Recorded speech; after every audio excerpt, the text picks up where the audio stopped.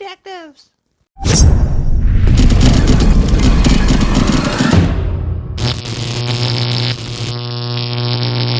is a part 2 video of our SIG MCX Virtus PCP. I don't want to leave you guys hanging. There's a few more things I wanted to talk about, but my first video, it just got so long and because I had so much information. But here's some essential stuff that I wanted to share with you. Okay, so you know the Predator GTOs were the best pellets as far as grouping. So I'm going to show you some of the targets that I shot off camera, and I want you guys to take a look at those. These are with the Predator GTOs, and again, this was 11.75. I got a 0.64 inch center to center. These are with the non-lead GTOs. I averaged 660 feet per second, and that was about 11.4 foot-pounds of energy. Okay, also, probably the second best pellets were the RWS Super Hollow Points. Now those were a 14 grain lead pellet, and that was about 3/4 of an inch center to center. And our average velocity, take a look at the velocities here, we average out to 570 feet per second.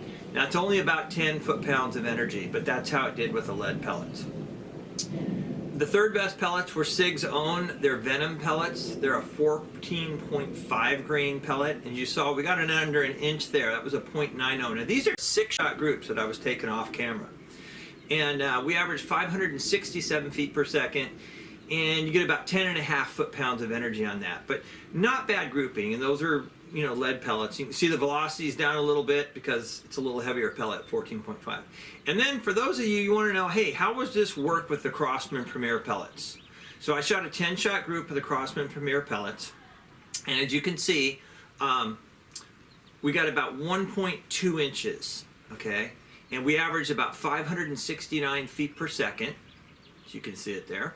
And we got about 10.5 foot-pounds of energy on that one also. So you can see there's a variety of pellets that you can shoot in this. You can shoot the cheap pellets, you want to shoot some cans, you want to just do some small plinking, you know, target practice, that type of things. They work fine. The lead pellets work just fine in them. But what I was trying to show you in the first video is the most precise pellet. The pellet that I would use probably if I was hunting or doing something like that, would be a little bit more precise. So you can see the difference in those. Okay, also, there was a question as far as the Pellet Seeder. So again, let's take this magazine out real quick. And our trusty little tool that's in the handle here. Okay, so we have our little Pellet Seeder here. People are saying, hey, why don't you use the Pellet Seeder? I'll be honest with you. Let me show you the difference between shooting with the Pellet Seeder and with that. Absolutely no difference whatsoever. But what I did notice using the Pellet Seeder, not with all pellets, but with some of the pellets, because I told you guys, I went through about 24 different pellets with these. If you use this Pellet Seeder on some of these pellets to push these in, and that Pellet Seeder obviously would be this little piece right here, looks like a little nub, and you push the pellets in. Several pellets, once you push them in, the dome would slightly protrude through the front, and what it would do, it would cause a jam in there. So I said, let me see if there's a big difference with these as I was showing you. So I shot with Pellet Seeder, without, makes absolutely no difference in accuracy. So don't use the Pellet Seeder unless you absolutely want to. Because it made zero, I'm emphasizing this again, zero difference. And the only thing it caused was some jams by pushing the pellets too far, and the domes were slightly sticking out where they would hit on the magazine. Okay. Anyway, but you just gotta love the way this tool sets up in here, in the butt, and this handle like that. I mean, that's just perfect. All right, and again, I showed you guys how to put the belt in. There's nothing to that. Just make sure the metal goes forward. Your domes, or your front of your pellets, go forward towards the metal. That's it. And then just slide that baby into the little groove there. Piece of cake. Anyway, the other thing I wanted to talk to you a little bit about was accessories, and I did not cover this, and I wanted to cover this. So check this out. All right, the tip here, this muzzle brake, it unscrews. This is a standard 1/2 by 28, which is really common. So you can customize this with any type of muzzle brake that you would like. Of course, I got a few to demo here to show you what they would look like. Got this little guy on here. Not a bad look overall, really isn't.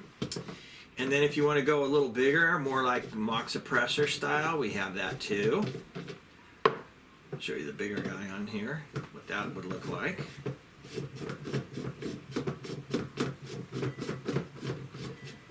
There you go. And last but not least, one of my favorites. This one here is about 6 inches. This one, next one I'm going to put on is close to 4 inches. Jeez, got long threads there. But here, we'll finish with this one. Yeah, this can really change the look of the gun. Does it change the performance? No, doesn't affect the performance. But anyway, but can definitely customize the look in case you know, that's something you want. But I want to cover that. So standard muzzle brake, 1/2 by 28.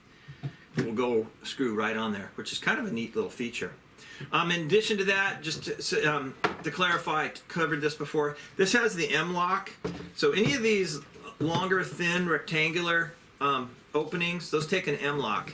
And basically an M-Lok is a little bolt that goes in and it has almost like a T-nut on the other side. And what'll happen, it'll spin sideways and then you just squeeze it and it pinches between the opening here and whatever, let's say the Picatinny rail, as you see the one that I put on here, right here.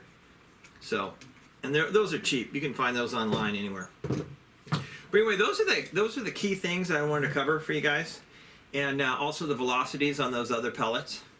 So I hope that answered any questions or things that I didn't cover in the first video. But anyway, I appreciate you guys tuning in, and do me a favor, make sure you hit the subscribe button and give me your thumbs up if you like what you see, and check out my website, www.airgundetectives.com. Remember, this is where we take the mystery out of the air guns, and until next time, thanks for tuning in.